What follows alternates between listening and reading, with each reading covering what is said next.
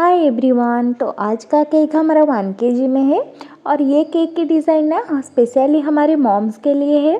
तो चलिए शुरू करते हैं। तो मुझे यहाँ केक की थोड़ी सी हाइट देनी थी, तो मैंने यहाँ पर 6 इंच का केक टिन यूज की है। हम इसको अच्छी तरह से ऑयल से ग्रेस कर देंगे और बटर पेपर प्लेस कर देंगे।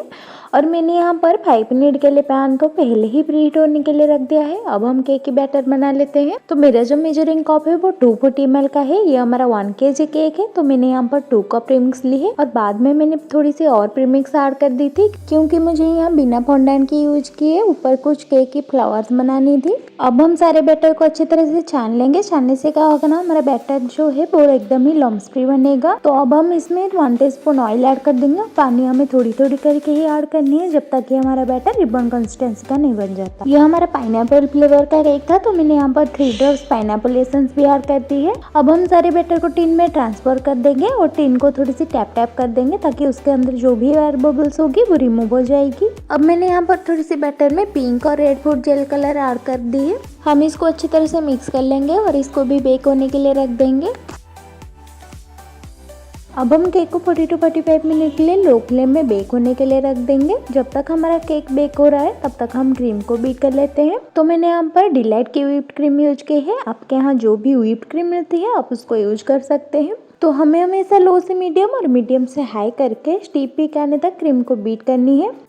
और आप जब भी क्रीम को बीट करने चाहेंगे ना, उसे थोड़ी देर पहले आपको रूम टेम्परेचर में क्रीम को बाहर निकाल कर रख देनी है, जब तक कि उसके अंदर जो आइस क्रिस्टल्स है वो रिमूव नहीं हो जाती। अगर आपने क्रीम को ज़्यादा बीट कर लिया है, वो एकदम ही स्टीप हो गया है, तो आप उसमें थोड़ी सी क्रीम और ऐड कर दीजिए या फिर थोड़ी सी पानी ऐड कर दीजिए और फिर उसको बीट करिए, वो एकदम ही स्मूथ बन जाएगी। अब हमारी क्रीम अच्छी तरह से बीट हो चुकी है और हमारा केक भी बेक होकर ठंडा हो चुका है। तो अब हम इसको डिमोल्ड कर लेते हैं। अब यहाँ देखिए, मैं कोई केक बनाऊँ और उसमें गड़बड़ ना हो, ये तो कभी हो ही नहीं सकता। पर कोई बात नहीं, आपके साथ भी ऐसा हो सकता है, तो आपको बिल्कुल भी घबराने की जरूरत नहीं है। इसी स्टेज में आपको पैनिक होने की बिल्कुल भी जरूरत नहीं है। अगर आपके पास उसी साइज की कोई कटोरी होगी, जितनी साइज के आपके गड्ढे हुई है, तो आप उसी में थोड़ी सी केक को बेक कर दीजिए। मेरे पास उतनी साइज की एक कटोरी थी, तो मैंने इसी में ही थोड़ी सी केक को बेक कर दी है। अब हमें ऊपर की जो स्टिकी पार्ट है उसको रिमूव कर देनी है। अब यहाँ देखिए, मैंने कैसे उसी में ही मैनेज कर दी है केक को।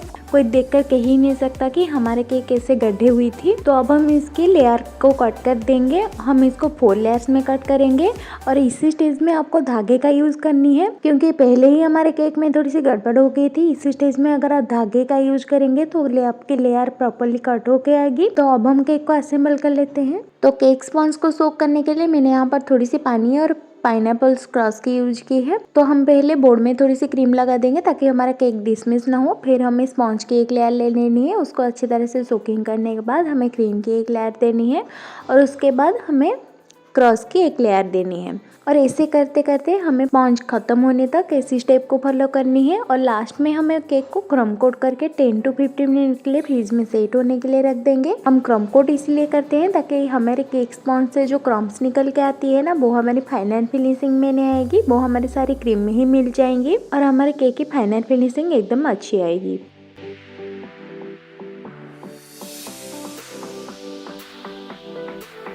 तो अब हमारी केक अच्छी तरह से सेट हो चुकी है। तो अब हम इसकी फाइनलाइजिंग कर देते हैं। मुझे इसके आउटर कवरिंग व्हाइट चाहिए और एकदम ही स्मूथ और क्लीन बेस चाहिए। तो मैंने यहाँ पर पैलेट लाइट में और स्क्रैपर की हेल्प से अच्छी तरह से स्मूथली फिनिशिंग दे दी है।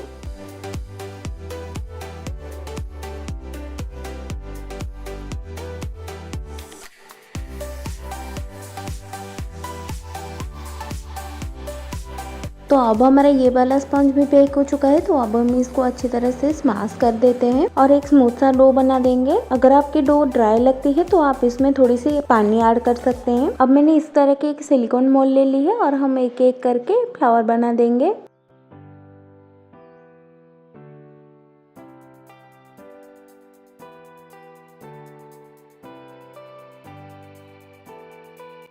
अब मैंने यहाँ पर काफ़ी सारे फ्लावर बना दी है। तो अब हम केक के ऊपर एक के बाद एक फ्लावर लगाते जाएंगे। अब मैंने यहाँ पर गोल्डन लस्टर डस्ट में थोड़ी सी इवापोरेट मिक्स कर दी है और केक के साइड्स में और फ्लावर के बीच में हम इसको लगा देंगे। और बाद में मैंने यहाँ पर बीच में मॉम्स स्लाइस लिख दी थी और एक हैप्पी बर्थडे का टैग लगा दिया था। अगर आपको मेरी वीडियो से कुछ सीखने को मिलती है तो मेरी वीडियोस को लाइक कर दीजिएगा और ऐसे इंटरेस्टिंग वीडियो देखने के लिए मेरे चैनल को सब्सक्राइब कर दीजिए। अब मिलते हैं नेक्स्ट वीडियो में, तब तक के लिए हर हर महादेव।